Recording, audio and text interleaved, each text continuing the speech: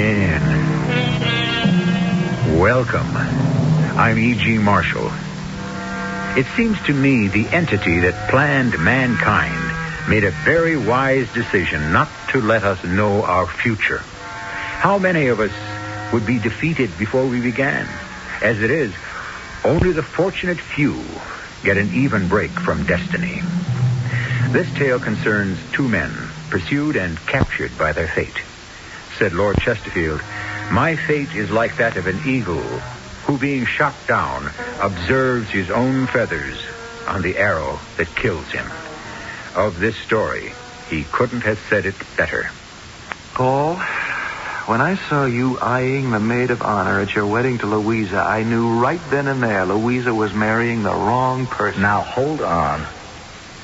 Till the day she died, Louisa never thought so. I never let her find out anything about me that would hurt her. You really think she knew nothing? Not unless you told her. A fine friend you are. Oh, Paul, you don't need a friend. You need a keeper.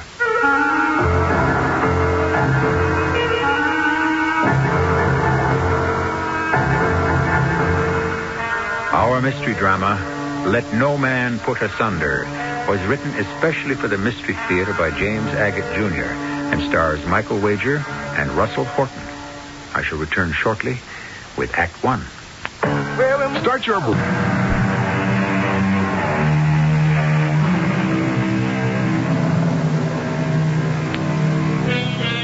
Let me set the scene for you. It is December 31st. By special permission of the warden, architect Mark Young is permitted to visit inmate Paul Raymond, now residing in cell 101 in the Arizona State Prison. It's a long-standing custom of theirs to celebrate New Year's Eve together, and the warden felt that kindness could do no harm. Permission granted. Mark, you're here, Mark.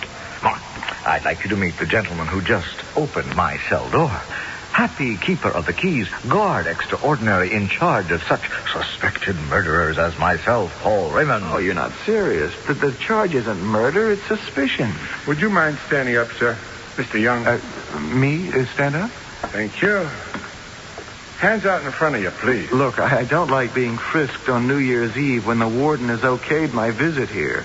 And I'll tell you what else I don't like. I don't like Mr. Raymond being suspected of anything illegal, let alone the murder of his wife. I'll tell the warden. Oh, what a world this is. Those outside the bars and those inside. And who would have thought a year ago today we'd be seeing the old year out in a prison cell? Oh, that Louisa would be dead. Is it fate? What is it? I wonder. What is? As long as I've known you, and that means going back to our college days, that the two women who've loved you, isn't it strange what's happened to them? Mark, what are you thinking of Janice? And Louisa, the way they ended up. Yeah, I agree, a terrible way. You know, Mark, I never forgot Janice. I can say that honestly now. Paul, I don't know how to make you out. I really don't. Am I that complicated? I've never met a man as tough as you, almost as though you had no conscience. Reminisce with me, old chum. I don't think you'll want to hear this. Try me. Do you remember the last day of college? I was putting all my books together, packing clothes, taking the pictures on the wall. You, I don't know where you were, raising Cain somewhere. It was getting late, around 1 p.m. We were supposed to be out of our rooms by 6. You hadn't been in since the night before, and there was a knock on the door. It's unlocked. Come in. Hi, Janice. Paul's not here. You packing? That I am. You going home? Yeah, for about a week. Then I'm off to Pace Architectural. Gonna put in a whole summer. Mark, do you know where he is? Paul? Hey, you got me. You think he'll be back soon? We better be. Everyone's supposed to be out by 6. I'll wait for him. Janice, I can't guarantee Paul's going to show up. I mean, you know him. He's not going to show up? He's very good at making a liar out of me. Hi, Janice. Come to say goodbye to us lucky seniors are getting out. Next year it'll be your turn. Paul, Hey, honey, you'd better see the doctor. Colio doesn't sound much better than it did over the weekend. I've been to the doctor. What did he say? Will you live? Everything connected with me will live. Look, kids, if you two want to be alone, I have to return these books to the library anyway. No, stay. I just came up for a pack of cigarettes. We're due out of here at 6 on the button, Paul, and you haven't even started packing. Plenty of time. I have a business deal cooking in town, which I just have to lock up before going. Paul, I have to see you. Okay, so you have to see me. Have a good look. I mean, I want to talk to you. So talk, kid. Go ahead. I have to talk to you alone. I'm on my way out, guys. Look, I can't right now, Janice. How about down to the boathouse, say in half an hour, 2:30? Good, quiet place to talk.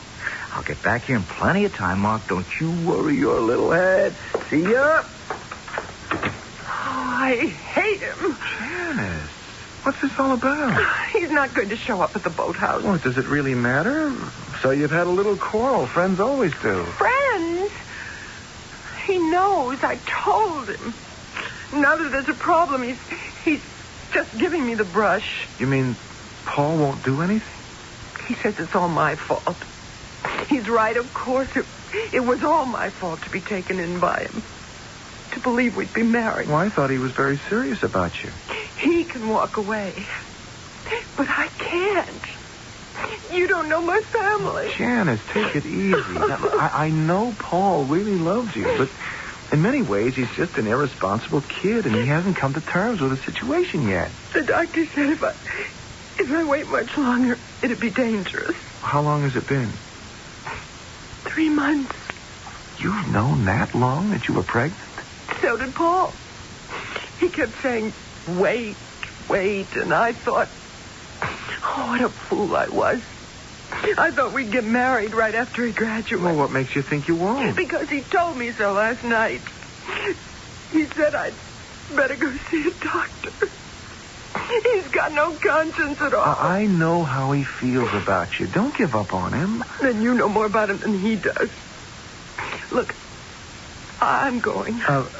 Janice, will you keep me posted? I want to know. I want to help. Mark, give this to him for me. Okay. Should I know what's in this envelope? 50 $10 bills that he gave me last night to take care of things. I don't want the money. Well, where are you going now? I don't know. Walk around the campus, I guess. Janice, will you come see me after you've talked to him in the boathouse? I want to know what happened. You think something will? Well, how do you know it won't? He may be going to pick up an engagement ring at Silver's right now to surprise you. Oh, I'd like to believe that. Just don't give up on him yet. I'll go to the boathouse and wait for him. Thanks, Mark. Oh, hi, Paul. You took your own sweet time. Now, look, it's 6 o'clock. I'm sorry, buddy, but I can't hang around. Wait. Sit down, please. Something terrible's happened. Something awful. I don't know what made her do it. Listen, Janice and I, we're going to get married, you understand? We really were. That's the honest truth, Mark. Well, what happened? She's dead. What? I got to the boathouse.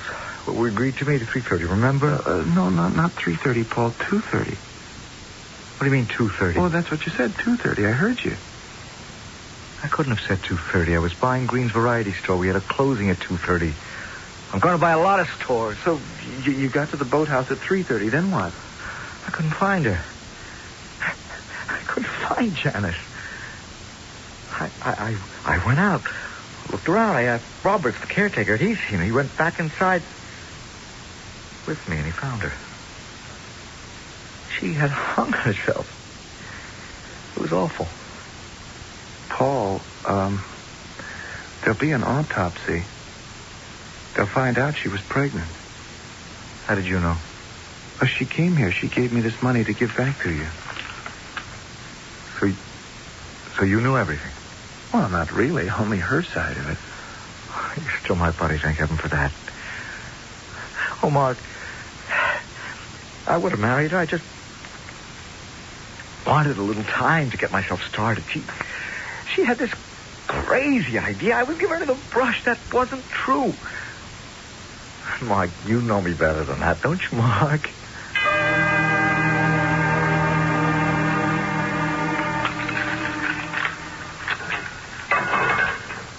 Yes, Honorable Guard. Just checking. Guard. Yes, sir. Did the warden inform you I have permission to remain in Mr. Raymond's cell until after midnight? Yes, sir. I do not know why he keeps coming into my cell. I don't know what he expects to find.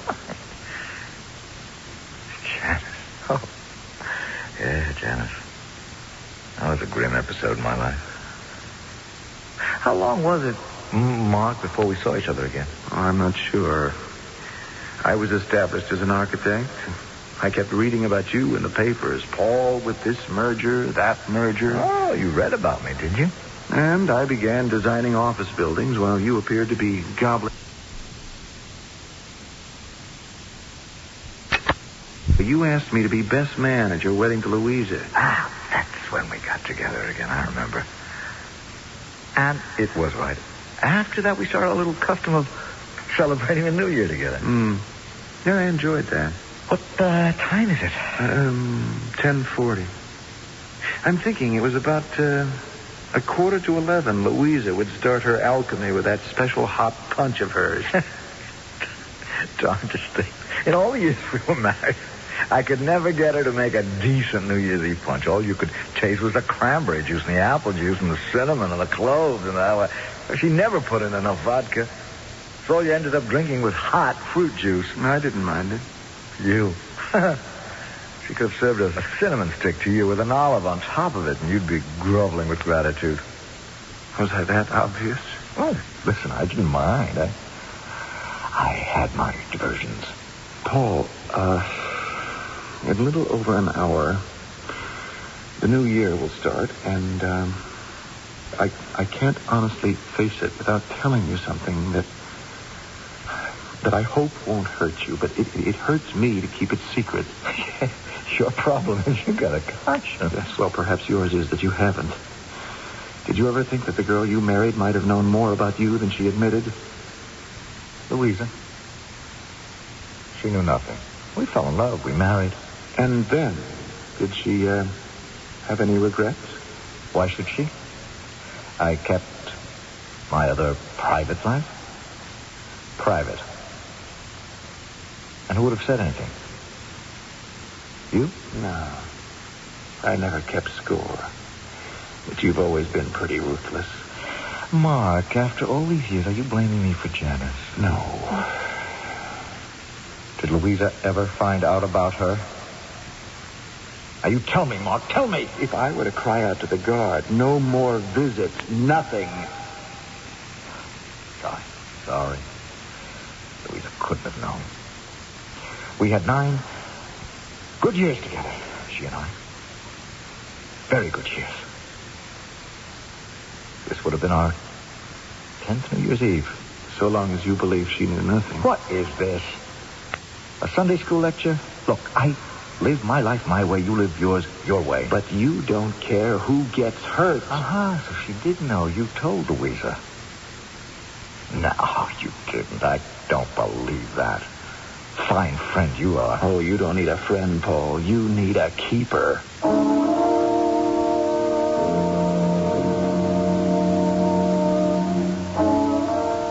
If you are wondering why Mark made a special effort to spend New Year's Eve in prison with Paul, so am I. Why was he going back over a past they had both shared? Was it because there is something there neither of them can forget or wish to remember? I'll return shortly with Act 2 to satisfy my curiosity.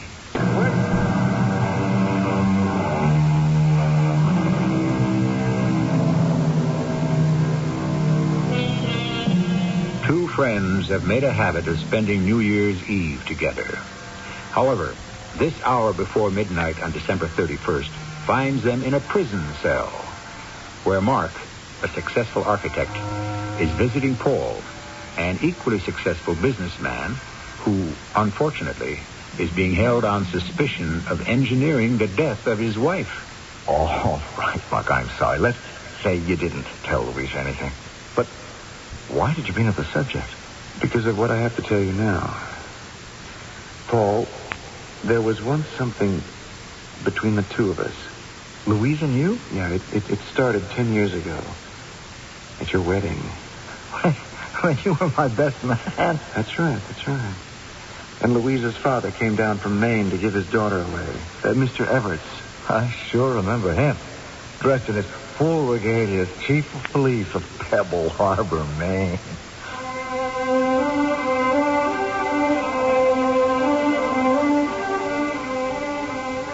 I take thee, Louisa, to be my wedded wife, to have and to hold from this day forward, for better, for worse, for richer, for poorer, in sickness and in health, to love and to cherish, till death do us part.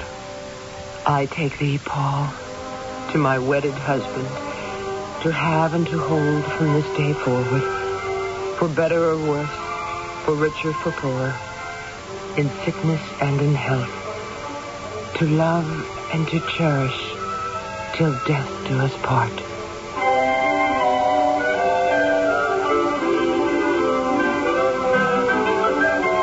You and Louisa marched up the aisle married, and I went and stood by Chief Everett. Your daughter makes a beautiful bride. Did you see what he was doing? Your friend, Paul? Did I see what? All through the ceremony, while he was marrying Louisa, Paul was winking at the maid of honor. Why, I didn't see that. Oh, yes, you did, young man. And you didn't like it any better than I did. He has a roving eye. I can only pray she's spared the heartbreak. So that was what that old man said to you. Well, you were so obvious about it. It was then I thought it was time you and I saw as little of each other as we could. Then why did you agree after I married Louisa to come by for each New Year's Eve? You didn't like me. No, I didn't. And the more I learned about you and how you spent your time, the big deals, the mergers, the more I knew how little we had in common. Well, then why? Louisa. I had to keep tabs on her to make sure she was getting a fair shake. So I accepted those annual invitations year after year. What? Were you at the house our very first New Year's? I can't remember. I know I invited you. Oh, yes, I went. And you weren't there when I got there. Oh, I knew where you were. It was in all the gossip columns. Louisa, I hope I'm on time. Paul said to come at 8. Oh, come in, Mark. He's not here yet. Oh, I guess he's working. Well, he didn't say. Well, I didn't decide to come until the last minute.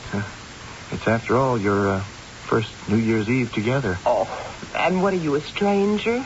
Paul's best man? As a matter of fact, you've turned down more invitations than you've accepted. Yeah, only work got in the way. I must show you this. Paul gave it to me at breakfast. Isn't it beautiful?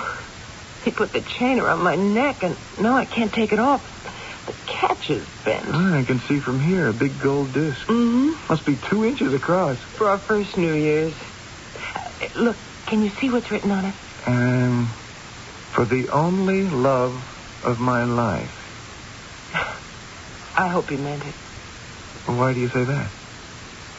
I thought you knew Paul. I think I do. Well, then you should share my hope.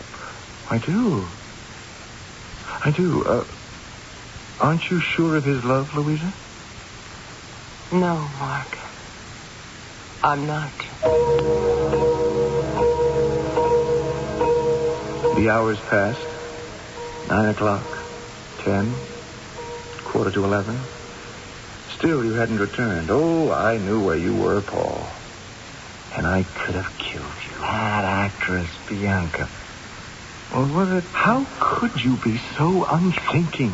So lacking in conscience? Bianca, yeah. That's who it was. You don't know what it did to me. Louisa was the first woman who'd come into my life since the death of my mother. Hey, that could explain a great deal. If you hadn't placed your mother on such a pedestal, perhaps today you wouldn't be a bachelor. Louisa came into my life. I felt she ought to be protected. I sat there. It got later and later. No, Paul. My heart went out to her. Louisa? Yes. Well, what can I do? We're waiting for Paul. What is there to do but wait? Oh, what time is it, Mark? Midnight's only an hour away. I hope he's all right. He wasn't in an accident. I mean, you know how careless people get on New Year's Eve. There's a special angel that watches people like Paul. Keep them away from harm. What was that? Oh, silly of me. It was just the clock. It's 11 o'clock. Oh, Mark, I can't bear this waiting. Look, I'm leaving. I'm going to go now. Where? I just can't bear to see you so upset. I think I know where Paul is. I'm going to go bring him back with me. Oh, no. Don't go, Mark. Don't you run out on me, too.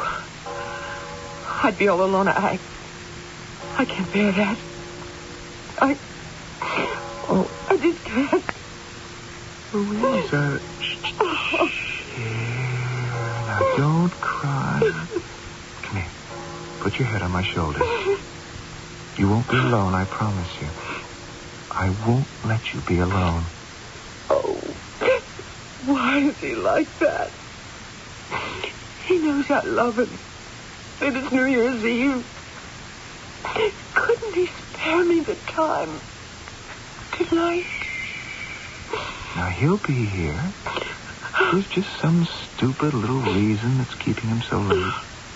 Now, here. Take this handkerchief. Thank you. Wipe your eyes. I can't. Why not? You're holding me so close. I can't move my arms. Well, that must have been quite a touching scene. I'm sorry I missed it. You came in soon after. You didn't notice me. I was shaking. Midnight came, we drank the punch, we sang Old Lang Syne, we pledged eternal friendship. Let me see if I can remember. First New Year's Eve. Yeah, it was most decidedly Bianca. I would have chucked everything for her. That's the way I felt about Louisa. Oh? And Louisa? How did she feel for me? Nothing more than a friend, I guess. But from that day on, I was a changed man.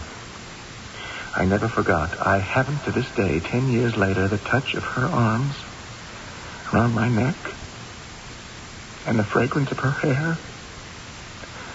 She became all that was beautiful to me, and that was why, no matter how you behaved, Paul, I felt that I betrayed you. Oh, Mark, I can't get over this. Because of that little episode, that nothing, you felt guilty. Oh, I don't suppose you would. But to me, living in the same neighborhood, you so often out of town, me at my drawing board within walking distance of your house, and Louisa.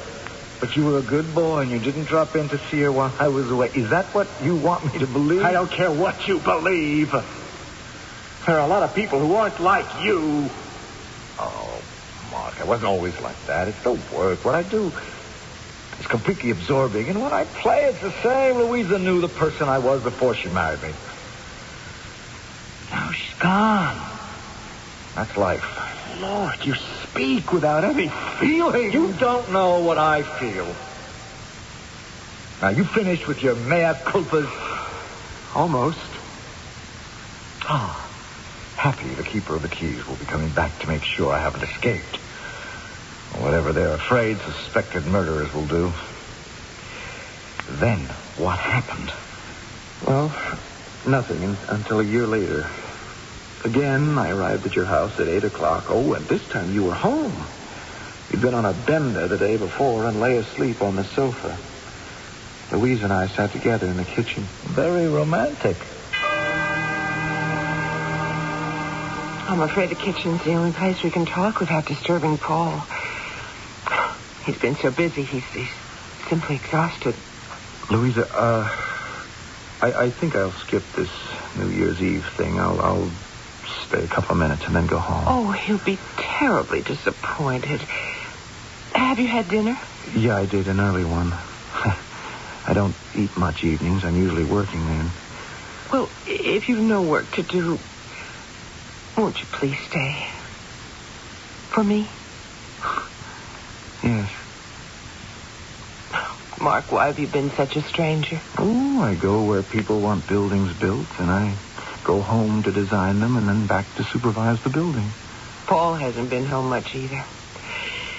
He's always off on one of his surprise attacks, as he calls them.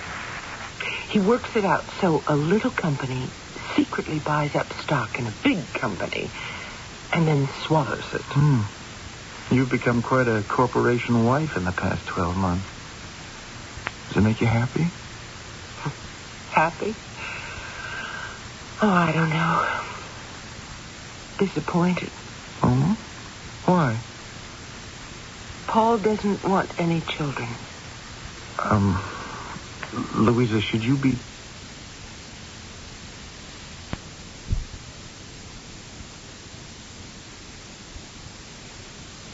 And Paul didn't come home. And then, for one moment, you and I... What I'm trying to say is... You held me in your arms, and you comforted me. Louisa, I cannot bring myself to come to this house year after year seeing you as his wife. I cannot do it. Mark, listen, please. I still love him. Do you understand that? I'm married to him. And so far as my feelings go, he can do what he likes with whomever he likes and still come home and find me here, waiting. And the other thing, Mark, is that I want a family. We've talked about it, Paul and I. I want babies. But you said that Paul didn't... I think he will. In time. What does he say, yes or no? Well, now he says, let's wait, maybe. Don't you understand now why there can't be anyone else for me but Paul? He'll change. He'll settle down. And I want nothing on my conscience when he does. Okay. So be it. I understand. But look, I can't stay tonight. Tell Paul when he gets up, I have to catch an early morning plane for Arizona. Oh, he'll be very disappointed. Is it because of me? No. I have a commission for a house near Phoenix. I've always hankered to do a desert house, and this will be it. Oh, maybe one day you'll design a house for us. Well, why not? If Paul decides to remain in one place, this desert house would suit you. Well, look, I really must go. Oh, I'll take you to the front door. Mark, how would it suit me?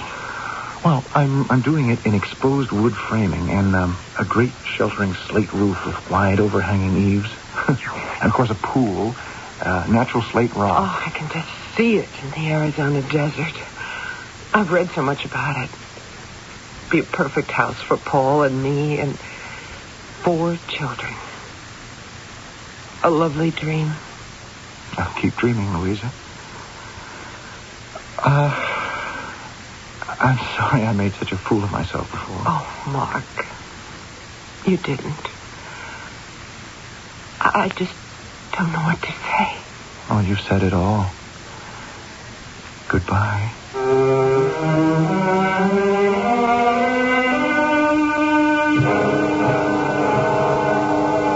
Nobody ever died of heartbreak, we are told by the poets.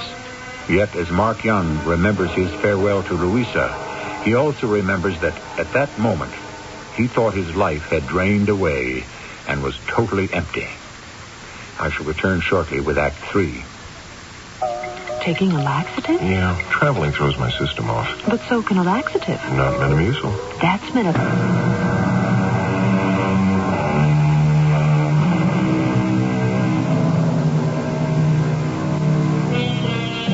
Mark Young, a successful architect, shared his college days with Paul Raymond, today an extraordinary man of business specializing in company takeovers, known as mergers. What they could not share was the love of Louisa, Paul's wife. Set me as a seal upon thine heart, says the Song of Solomon, for love is strong as death, jealousy as cruel as the grave.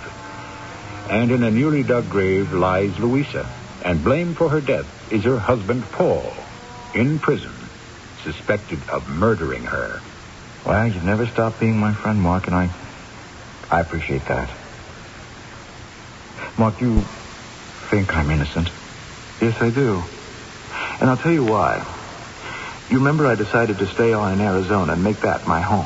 Well, that's more. I remember 2 years later, we followed you out there.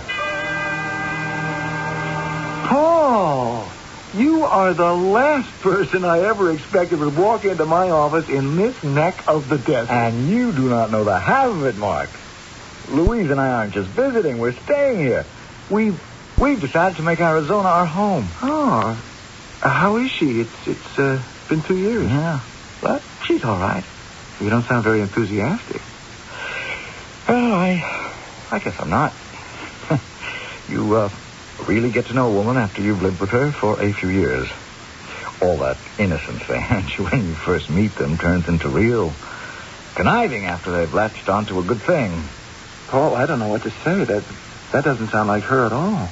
In my business, conniving, getting your own way, is the name of the game. This is Louisa's idea. Really, we want you to design a house for us, Mark. In the meantime, we've rented the Thornton place outside of Phoenix. You know that? Oh, yeah. I drive right by there every day on my way to the office. No servants except for a housekeeper. We had her with us back east for over a year now. Good, capable woman. Paul, any children? Oh, no, thank heavens. You didn't want them? It wouldn't have worked. I want to go all the time. Sometimes I like to take Louisa with me. You can't drag babies all over the world. I'm not much into fatherhood anyway. Well, I thought Louisa wanted a family. Yeah, she still talks about it sometimes. But I think she's come round to seeing things my way. We have a full life. You see anything of Louisa's father? Old Everett? Chief of police of Pebble Beach? Yeah, Louisa keeps in touch. When'd you rent the Thornton place? A month ago.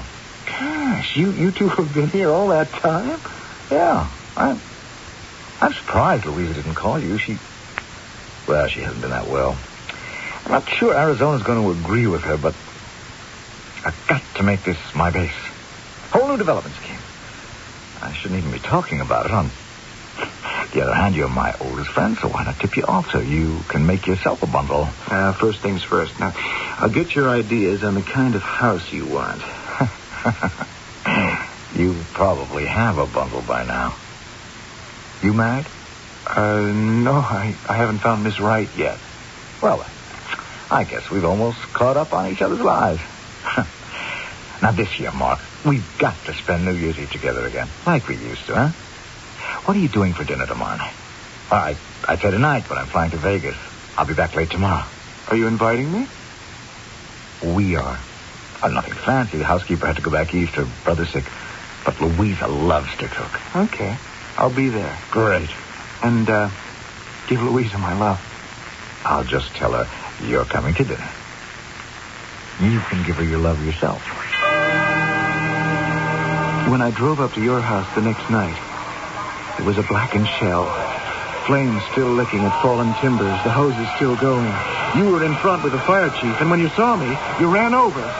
They can't find Louisa. She's in there somewhere. They haven't found her. Louisa? Is in there? The chief says they have to wait till all the timbers cool off before they can send the men in. Well, I'm not waiting. Oh, Mark, don't. Maybe she's not even in there. Louisa? Louisa! Get back! Get back! Louisa! Where are you? Get that crazy guy out of here! Look out! The chimney!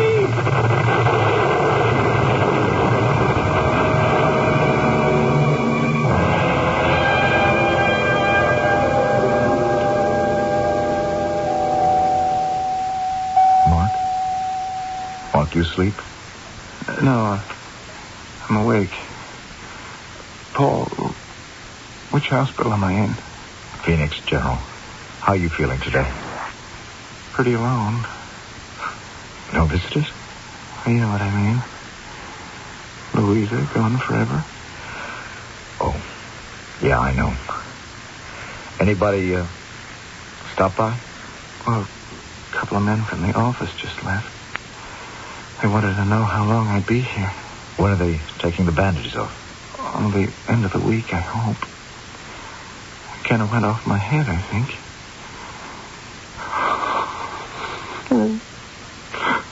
Louise? Oh, come on, Mark. I know how you feel. Do you? Yesterday, there was a brief moment when they gave me an inkling of hope. But no, nothing. I had this crazy idea. I thought maybe it wasn't Louisa they found. Maybe it was your housekeeper. I wonder what time you thought of that.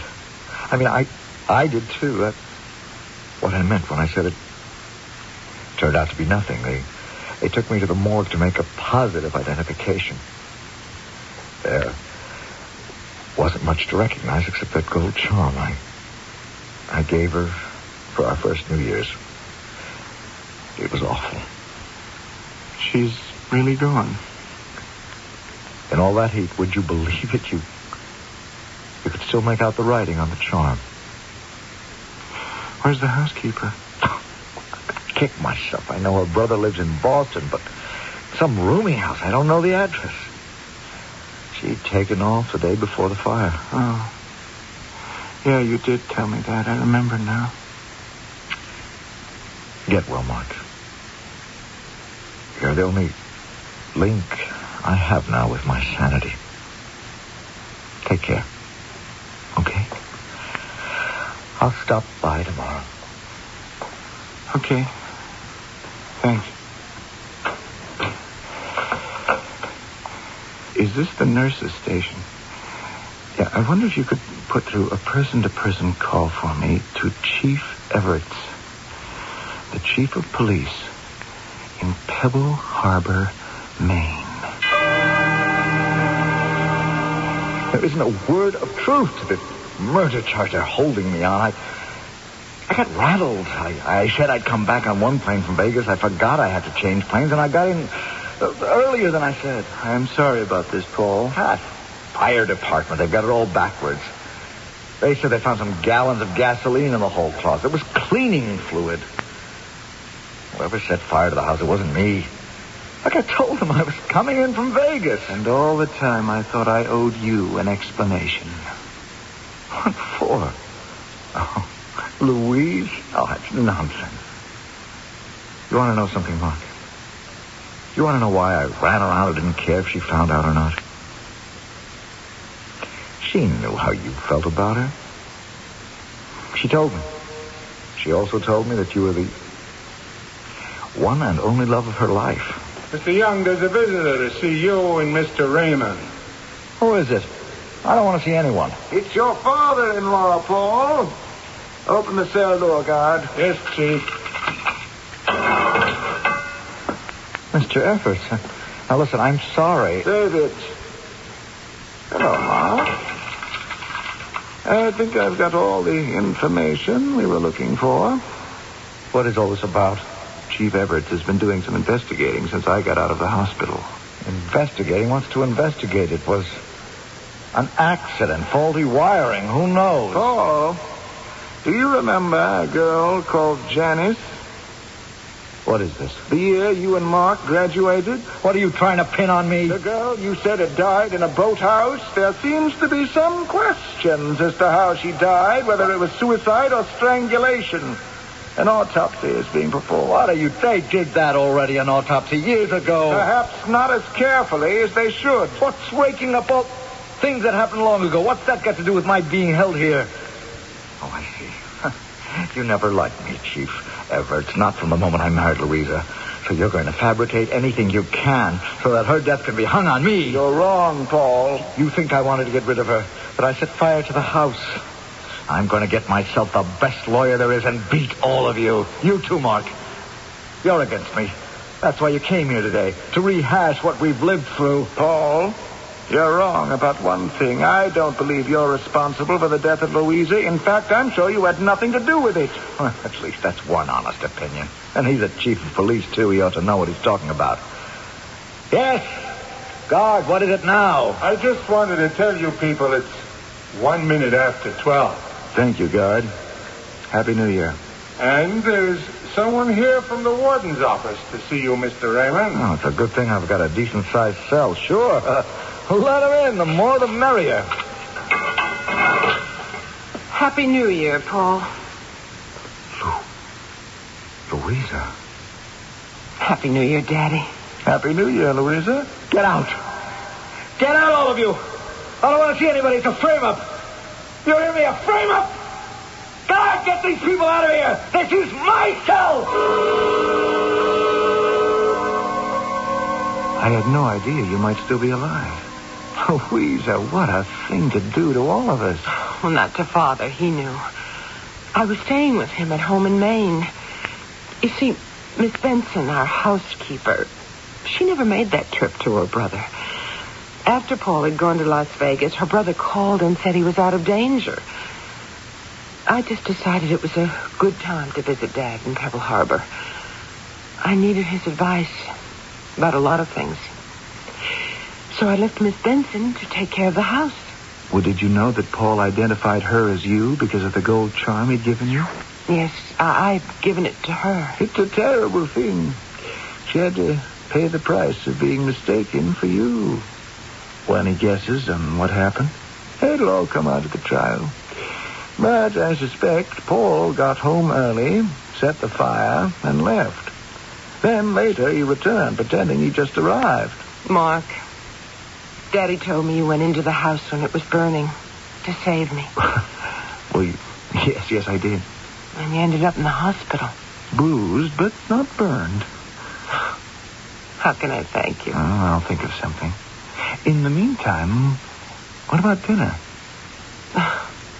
Well, I guess in my marriage to Paul, I ended up burned, but not bruised. Do you think you two might recover? Oh, I don't know. We could give it a try.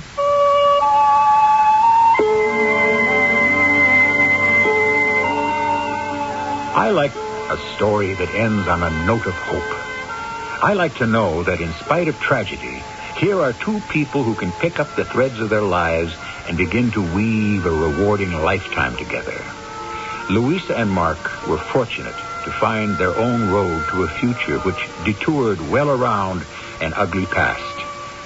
I shall return shortly. Hi, I'm Susan Anton. Fitness that feels good by day needs firmness that feels good by night. That's why you'll love the Serta Perfect Sleeper. Luxurious soft comfort plus deep inner support. You get both with every perfect sleeper. So remember, be a perfect sleeper. Try a perfect sleeper, perfect sleeper. By Serta.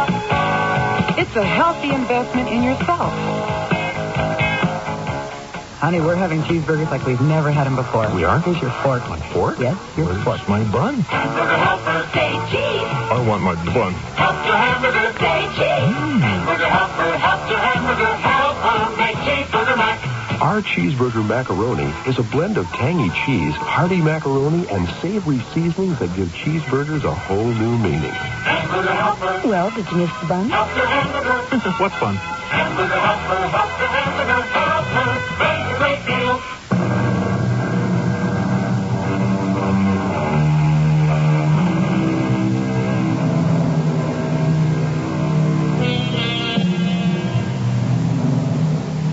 I think of the character of Paul as ruthless, self-centered, and, as we used to say at home, too big for his britches. I myself steer clear of people like that, and for what it's worth, I caution you to beware of the man who has no conscience. He is not of the order to be lived with. He lives by his own rules and dies by them. After all, he who loses his conscience has nothing left worth keeping. Our cast included Michael Wager, Russell Horton, and Joyce Gordon. The entire production was under the direction of Hyman Brown. And now, a preview of our next tale. They are bombs? That's correct. Only waiting to be exploded. My camera, which I substituted for yours, is a timing device. And the flashlight, that is the detonator. Now, as I am talking, I have put them all together. It only remains to set the... You've been listening to the OTR Gold Network. Find more classic radio at otrgold.com.